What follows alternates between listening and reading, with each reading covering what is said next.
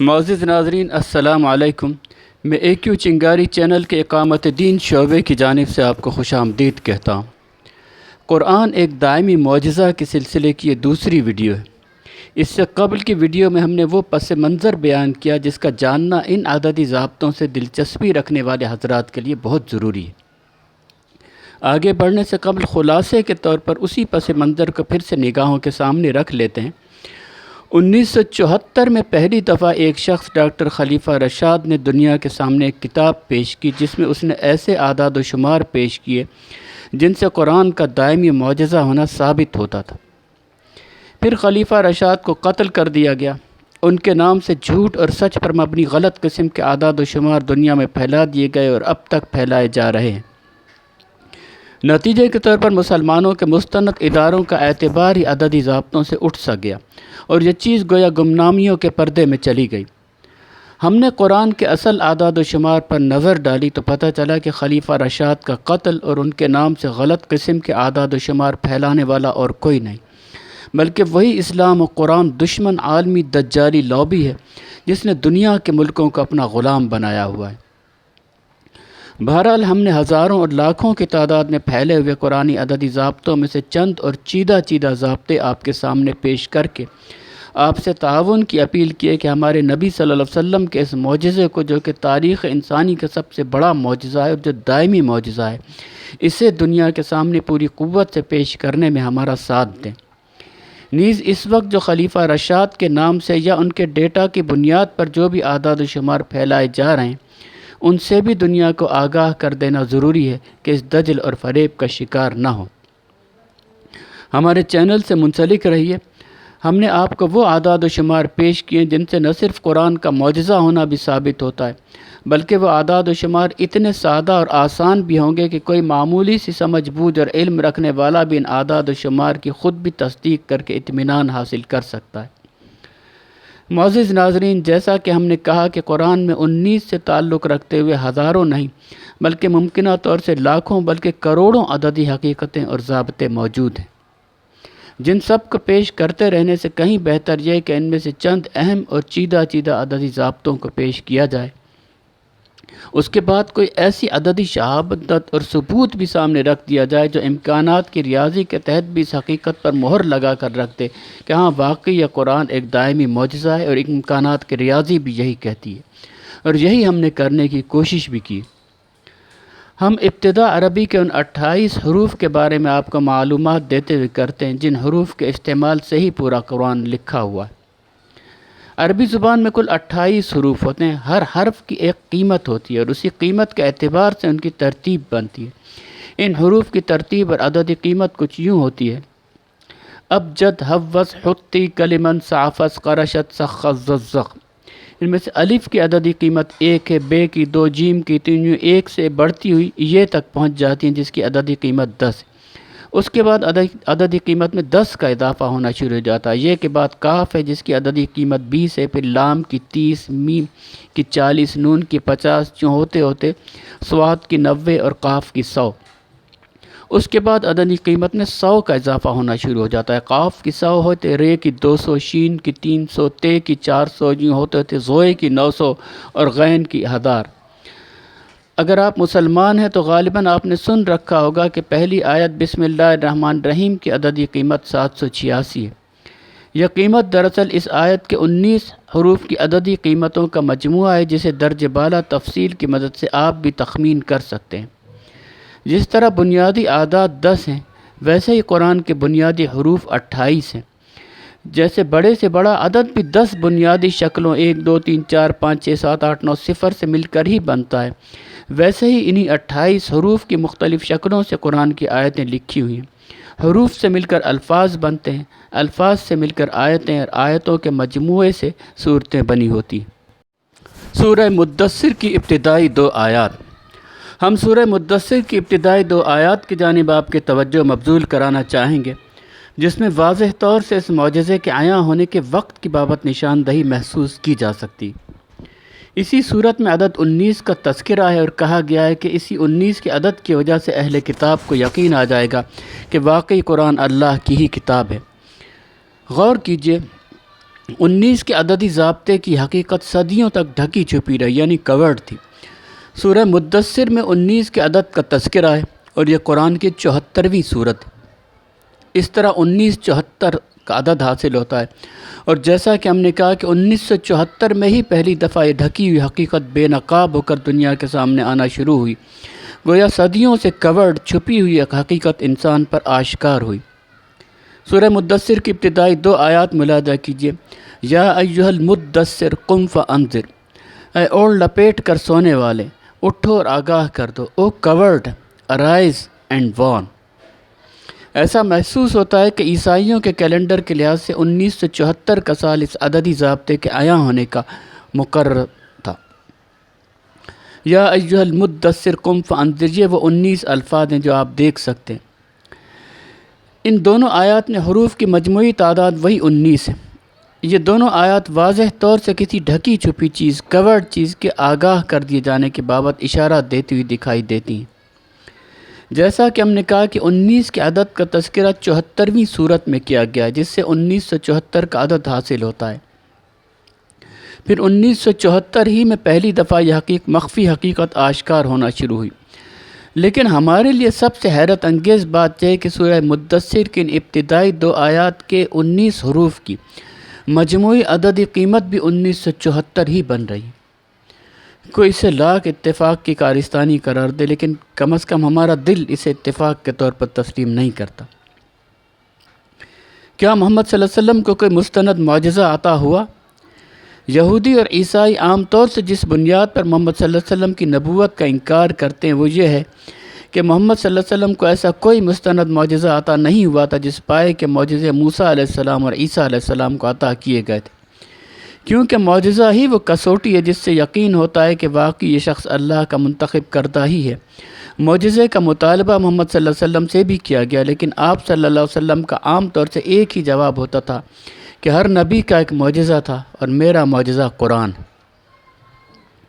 ظاہر ہر نبی کے بھیجے جانے کا اصل مقصد کوئی شعبدہ بازی اور کمالات دکھانا ہی نہیں ہوتا تھا، بلکہ اللہ کے بھیجے ہوئے قانون کے مطابق زندگی کا نظام قائم کرنا ہوتا تھا۔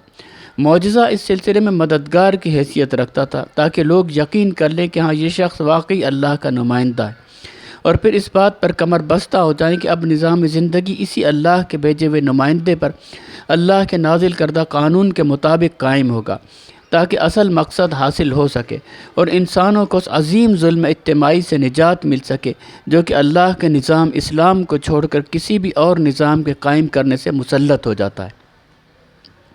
حقیقت پسندی سے دیکھا جائے تو موسیٰ علیہ السلام اور عیسیٰ علیہ السلام بڑے بڑے معجزات دکھا کر بھی وہ مقصد حاصل نہ کر پائے جو کہ محمد صلی اللہ علیہ وسلم نے قرآن کو بنیاد بنا کر حاصل کر لیا، یعنی قرآن کے احکامات اور قوانین کی بنیاد پر وہ نظام کامیابی سے تشکیل دے دیا جس میں نظام کے باشندوں کو عظیم ظلم اجتماعی سے نجات مل گئی۔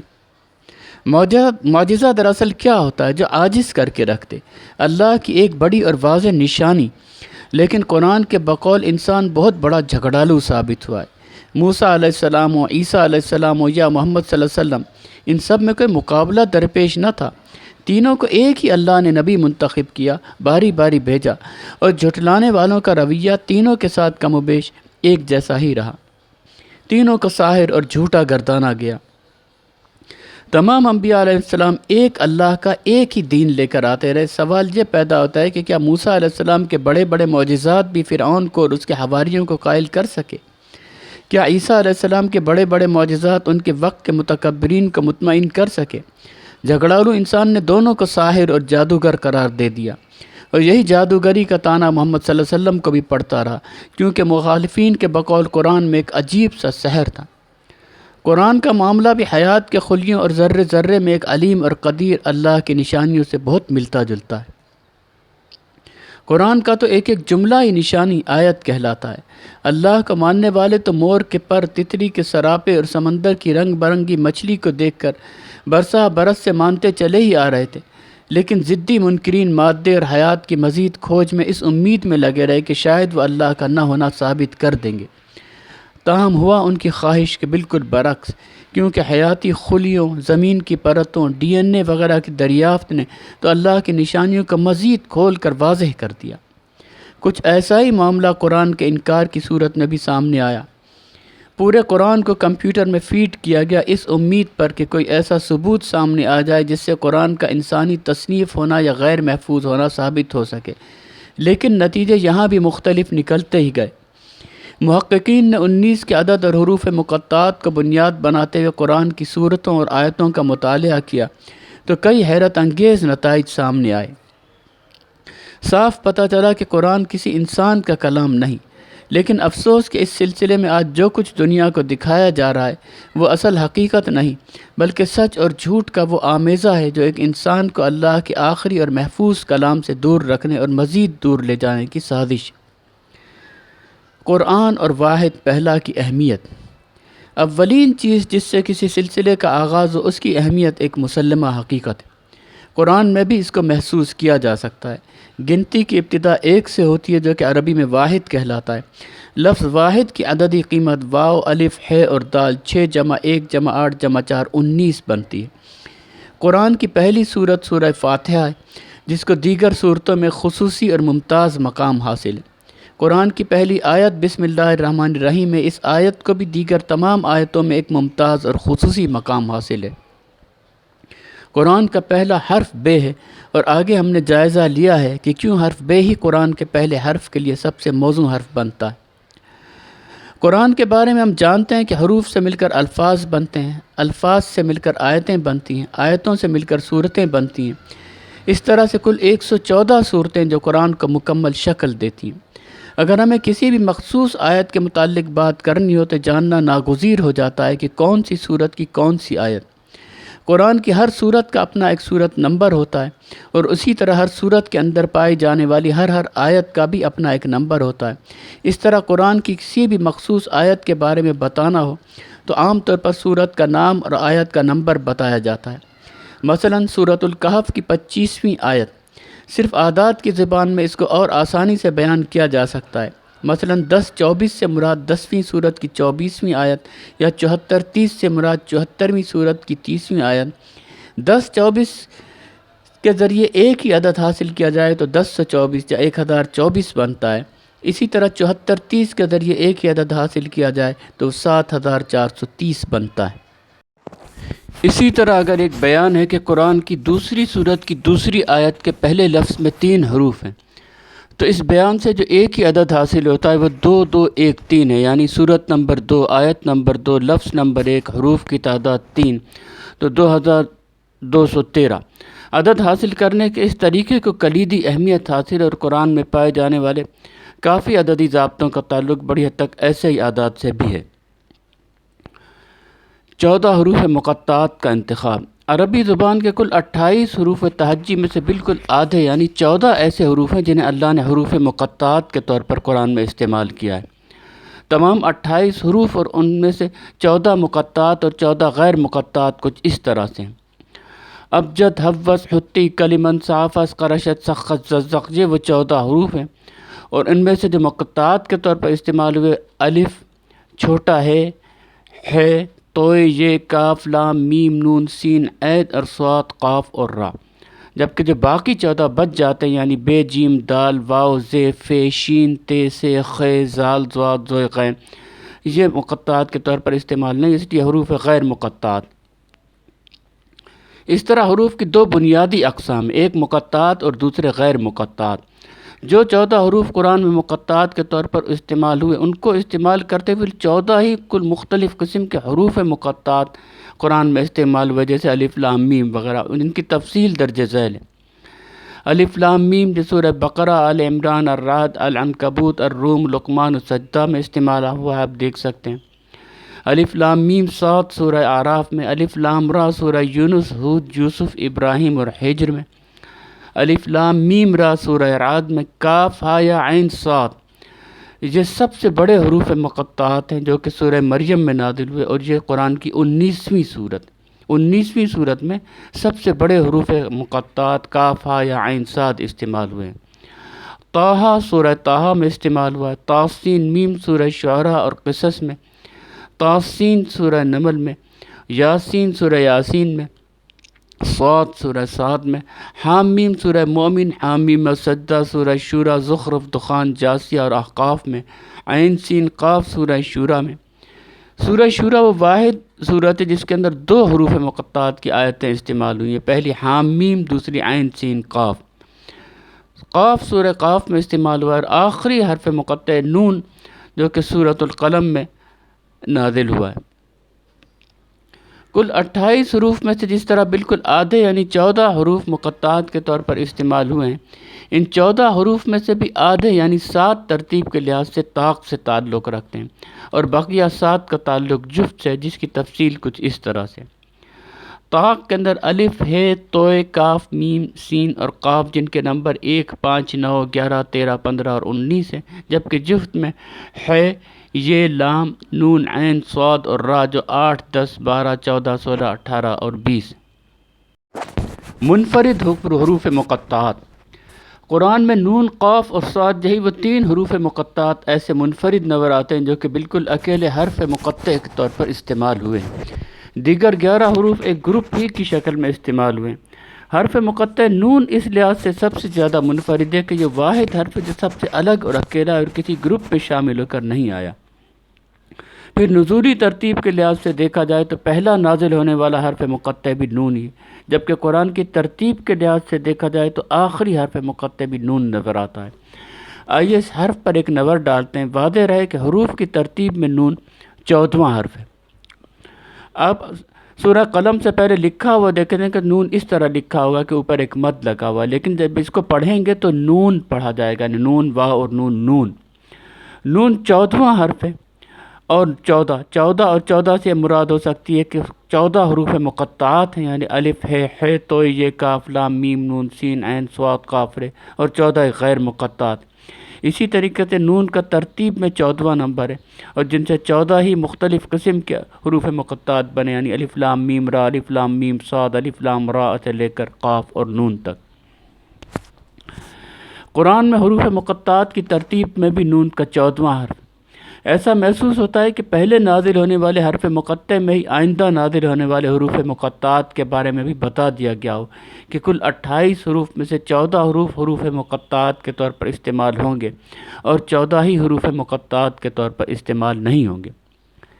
14 اور 19، اس طرح سے 14 اور 19 دونوں اعداد کی اہمیت واضح ہوتی ہے، اور ہماری پوری کوشش ہے کہ مشکل اور پیچیدہ عددی ضابطوں کو نظر انداز کرتے ہوئے اس کتاب میں آسان اور عام فہم عددی ضابطوں تک کہ خود کو محدود رکھیں، لیکن تمام حروف اور حروف مقطعات میں 14 اور 19 کے لحاظ سے جو مطابقت پائی جاتی ہے اس کا ذکر ضرور کرنا چاہیں گے۔ عدد 19 2 اعداد سے مل کر بنا، یعنی 1 اور 9۔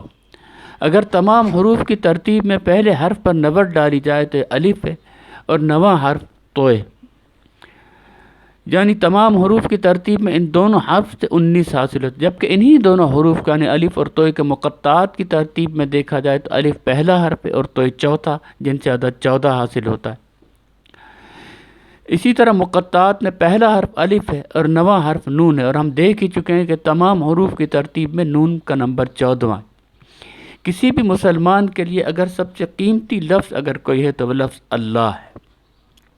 یہ لفظ قرآن میں سب سے پہلی دفعہ پہلی ہی آیت میں آیا ہے۔ لفظ اللہ قرآن کا دوسرا لفظ ہے جس کی عددی قیمت 66 ہے، اور عدد حاصل کرنے کے طریقے کے مطابق جو عدد حاصل ہوتا ہے وہ 266 بنتا ہے۔ بظاہر 266 ایک عام سا عدد ہے، لیکن ہم اس وقت 14 اور 19 کے تعلق کے حوالے سے بات کر رہے ہیں، اور یہ عدد 14 اور 19 کے ہی حاصل ضرب کے برابر ہے، یعنی 19 ضرب 14 برابر 266۔ گویا اللہ کی ذات نے مکمل احاطہ کیا ہوا ہے۔ اس کی تصدیق تو کوئی طب کے شعبے کا ماہر ہی بہتر کر سکتا ہے، لیکن کہا یہی جاتا ہے کہ ماں کے پیٹ میں انسان کا ایک معیاری قیام 266 دنوں پر مشتمل ہوتا ہے۔ قرآن کی کل 114 صورتیں، ان میں سے 6 ہی صورتیں ایسی ہیں جن کے صورت نمبر 19 سے قابل تقسیم ہیں، یعنی 19ویں، 38ویں، 57ویں، 76ویں، 95ویں اور 114ویں۔ اگر ان صورتوں کی تمام آیتوں کا مجموعہ حاصل کیا جائے تو یہ مجموعہ بھی 266 ہی بنتا ہے۔ 14 اور 19 کے حوالے سے ایک اور اہم ترین بات کا تذکرہ بھی ہم ضرور کرنا چاہیں گے۔ دوبارہ سورہ مدثر کی آیات پر غور کیجیے۔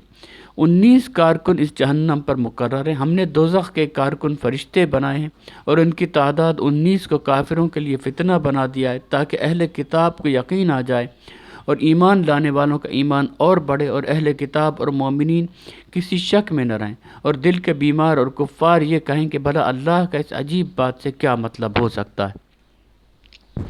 ان آیات میں چند باتیں قابل غور ہیں۔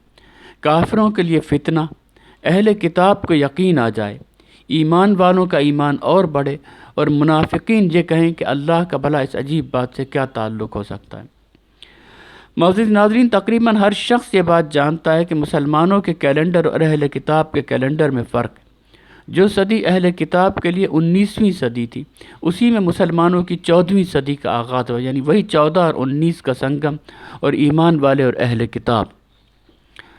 اس صدی سے قبل تک انسان اس بات کا تصور نہیں کر سکتا تھا کہ کائنات کا ایک کارخانہ کسی علیم و قدیر خدا کے بغیر بھی وجود میں آ سکتا ہے۔ یہ اہل کتاب کے لحاظ سے 19ویں صدی ہی تھی جب تاریخ انسانی میں پہلی دفعہ ڈارون نے اپنے نظریہ ارتقاء کے ذریعے ثابت کرنے کی کوشش کی کہ بے جان مادے سے حیات کا بن جانا اور ترقی کرتے ہوئے ان گنت مخلوقات کا بننا اور انسان کا وجود میں آ جانا بغیر کسی خدا کے بھی ممکن ہے۔ سورہ مدثر کے پہلے نقطے کے عین مطابق یہ دور کافروں کے لیے فتنے کے طور پر شروع ہوا اور فتنہ بڑھتا ہی چلا گیا۔ اب اہل کتاب کی 19ویں صدی ہی میں مسلمانوں کی 14ویں صدی کا آغاز ہوا، اور پکے اہل ایمان جو آج صحیح اور کل غلط ثابت ہو جانے والے سائنسی نظریوں سے زیادہ غیب پر ایمان لانے والے اور آخرت پر یقین رکھنے والے تھے، ان کے ایمان میں ذرا بھی کمی نہ آ سکی، بلکہ ان کے ایمان میں اور اضافہ ہو گیا۔ اب جبکہ کمپیوٹر کا دور آ چکا ہے، ہمیں اللہ کی ذات سے کامل یقین ہے کہ مزید تحقیق اور نئے انکشافات کے بعد قرآن کے معجزانہ عددی ضابطے اس بات کو ثابت کر دیں گے کہ امکانات کی ریاضی اور عقل کی روح سے یہ ناممکن ہے کہ اس کلام کو کسی انسان کی تصنیف قرار دیا جا سکے۔ اور سورہ مدثر کے بقول اس طرح تمام حقیقت پسند اور غیر متعصب اہل کتاب کو بھی یقین ہو جائے کہ ہاں یہ واقعی رب العالمین ہی کا نازل کردہ کلام ہے، سوائے ان ضدی اور ہٹ درم منافقین کے جنہوں نے صحیح بات کو بھی جھٹلا دینے کی قسم کھائی ہوئی ہوتی ہے۔ سورہ مدثر کی ان آیات کے مطابق منافقین تب بھی نہیں مان کر دیں گے اور یہی کہیں گے کہ بھلا اللہ کا اس عجیب بات سے کیا تعلق ہو سکتا ہے۔ 19واں حرف قاف۔ حروف کی ترتیب کے لحاظ سے 19واں حرف قاف ہے۔ قاف حرف مقطع ہے، اور حرف مقطع کی شکل میں یہ قرآن کی 2 صورتوں میں آیا ہے۔ پہلی صورت میں اکیلا استعمال ہوا یعنی قاف کے طور پر، اور یہی اس صورت کا نام بھی ہے۔ اس صورت میں حرف قاف کی مجموعی تعداد 57 ہے، یعنی 19 ضرب 3 برابر 57۔ دوسری صورت الشورى ہے جو حام میم عین سین قاف سے شروع ہوتی ہے۔ اس صورت میں بھی حرف قاف کی مجموعی تعداد 57 ہی ہے، یعنی 19 ضرب 3 برابر 57۔ اس طرح ان دونوں صورتوں میں قاف کی مجموعی تعداد 114 بنتی ہے، جو کہ قرآن کی کل صورتوں کی تعداد کے برابر ہے۔ ممکن ہے کہ پیشگی یہ بتایا جا رہا ہو کہ کل 114 صورتیں نازل ہوں گی۔ سورہ شورى کے اندر عین سین قاف استعمال ہوئے ہیں، جن کے اندر قاف کی تعداد 57 ہے۔ اس کے اندر 53 آیات ہیں اور 42 صورت کا نمبر ہے۔ اسی طرح سورہ قاف جس کے اندر حرف مقطع قاف استعمال ہوا ہے، اس میں بھی قاف کی تعداد 57 ہے۔ اس کی 45 آیات ہیں، صورت کا نمبر 50 ہے۔ یہاں پر غور طلب بات یہ ہے کہ قرآن میں مختلف قوموں کے لیے تقریباً ہر جگہ لفظ قوم ہی استعمال ہوا ہے، تاہم سورہ قاف میں ایک جگہ قوم لوط کے بجائے اخوان لوط استعمال ہوا ہے۔ اگر یہاں بھی قوم کا لفظ ہی استعمال ہوتا تو قاف کی تعداد 58 ہو جاتی اور عددی ضابطہ ختم ہو کر رہ جاتا۔ سورہ قاف میں اللہ نے قرآن کی قسم کھا کر اسے مجید سے تعبیر کیا ہے، اور حروف کی عددی قیمت کے مطابق مجید میم جمع جے جیم جمع یہ جمع دال کی قیمت بھی 57 ہی بنتی ہے۔ قاف قرآن کی 2 ہی صورتوں میں آیا، جن میں ایک تو 42ویں صورت ہے جس میں 53 آیات ہیں اور 42 جمع 53 برابر 95، یعنی 19 ضرب 5 برابر 95، اور دوسری دفعہ 85ویں صورت میں آیا ہے، یعنی جس میں 45 آیات ہیں۔ 50 جمع 45 برابر 95، یعنی 19 ضرب 5 برابر 95۔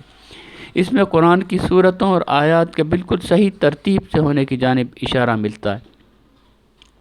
اگر سورہ قاف یا سورہ شورى میں سے کسی کو بھی صورتوں کی ترتیب کے لحاظ سے اپنے مقام سے آگے یا پیچھے کیا جائے، یا ان میں سے کسی بھی ایک صورت میں سے ایک بھی آیت کو کم یا زیادہ کیا جائے تو صورت نمبر اور آیات کا مجموعہ 95 نہ رہے اور نتیجتاً 19 کا عددی ضابطہ ختم ہو کر رہ جائے۔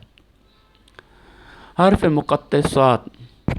قاف اور صاد دو ہی ایسے حروف مقطعات ہیں جو اکیلے بھی آئے اور دوسرے حروف مقطعات کے ساتھ مل کر بھی۔